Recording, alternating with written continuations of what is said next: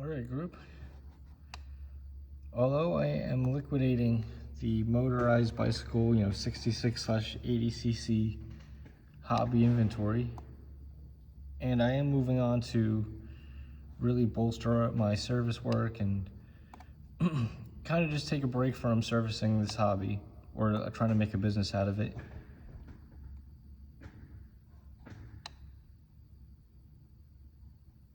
But at the same time, I want to remember why I'm doing this in the first place. I basically want things. I want an even more powerful motorized bike / go-kart engine that has the specs I want. And I want to make a limited quantity of clones of what I want. Maybe I'll make 10, 15 of these engines. And the sale of those engines will make it so my engine's a free test piece, because I am still putting all the money I have into the business. So really I can't afford this expensive, awesome engine that I want. And that's how the original billet engine cases were made. So what are we looking at here? So this engine here, it uses an AM6 style crankshaft, an AM6 style ignition. There's a lot. That's probably the best crankshaft to use as far as ignition choices.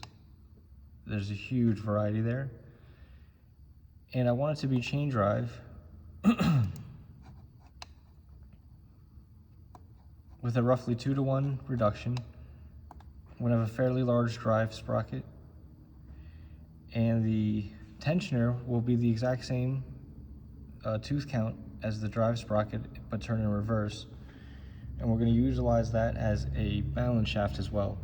So it's going to be a super heavy duty bearing cartridge, so it can take all the beating of being a counterbalance shaft. And that means that we can have a really high RPM engine, high power, and it'll have reduced vibration. Also with the chain drive, I wanted more distance between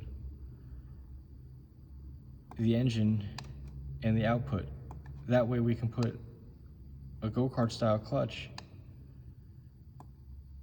and still have clearance to the engine case. And you see there's even more room. We could also fit a CVT.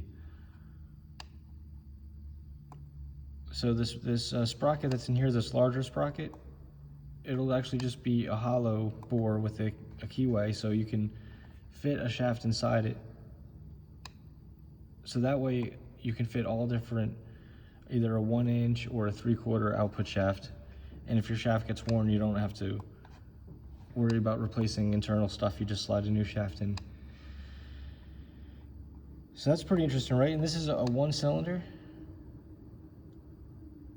This can be made 70cc, or it can even be made 100cc. And I don't know if people realize how powerful these 100cc cylinder kits have gotten. But here's a little 40 horsepower at the wheel. Now I'd be using an AM6 cylinder, so maybe it would be in the mid-30s or mid to low 30s, but that's at the wheel. So even if you're at 35 at the wheel, you might be at 40 at the crank. And this is a very efficient setup. The chain will be in an oil bath. There'll be more space in here for the oil. And you see there'd be a cover. Now you can run a pull start, but you could also run a 3D style clutch. I like these clutches too because you can reverse the direction of them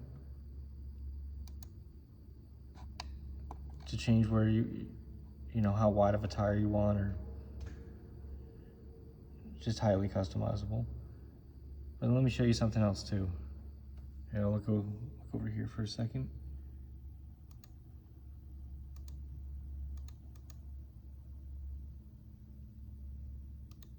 All right. Now what do we got here? Now I'm going to be making a left-handed and a right-hand version of this engine, or basically a twin-cylinder add-on, because I want that number times 2.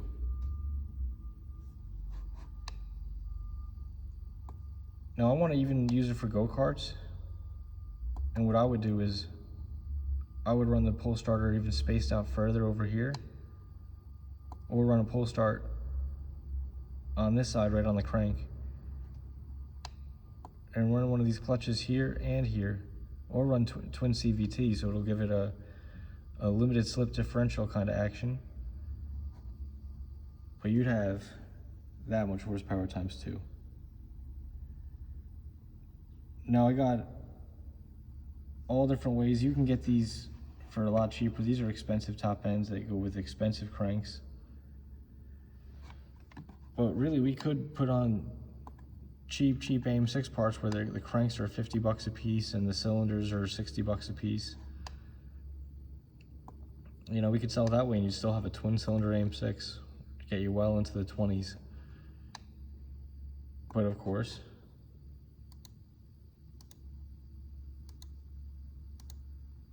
you could just run it as a single cylinder.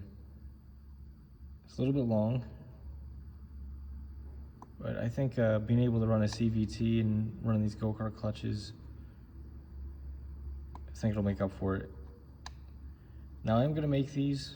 It's not necessarily a business thing. This is a personal hobby that could develop into a business. So it's I'm investigating a little bit, but we certainly do rival the Harbor Freight 212 top horsepower builds. I don't think anybody's making 80 horsepower. And this engine, it's gonna be less than 50 pounds. So for under 50 pounds, you can have 80 horsepower. And each engine will have its own balance shaft. I put a lot of effort into designing this. Now the crankshafts themselves are not gonna be connected on the twin cylinder engine.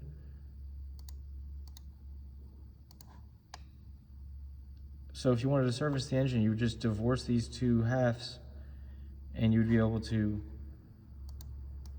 access the whole chain drive system, the balance system.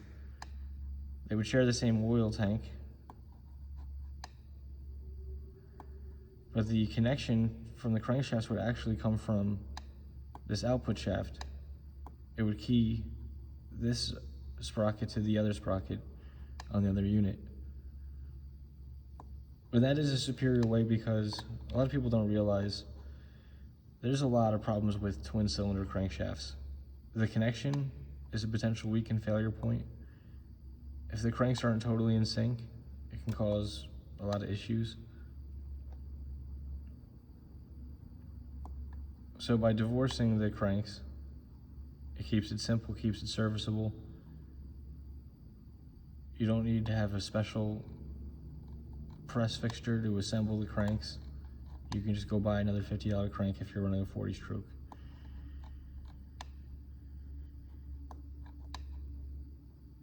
Now this is a super rough model.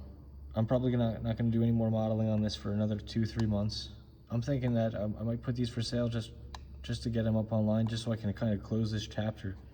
Because like I said, I don't want to work on this for another 2-3 months. And I'm thinking a realistic timeline is about 1 year. But if they sell the pre-sale, if I actually put them up for sale and people jump on them at the pre-sale price, I could see that speeding things up. I'm thinking of making about 10 to 15 engines. Maybe making 10 of the left-hand sides, or I don't know, I guess you'd call it the right-hand side, and 15 of the left-hand, so assuming 5 people are gonna just want the single cylinder to be within racing motorized bicycle rules.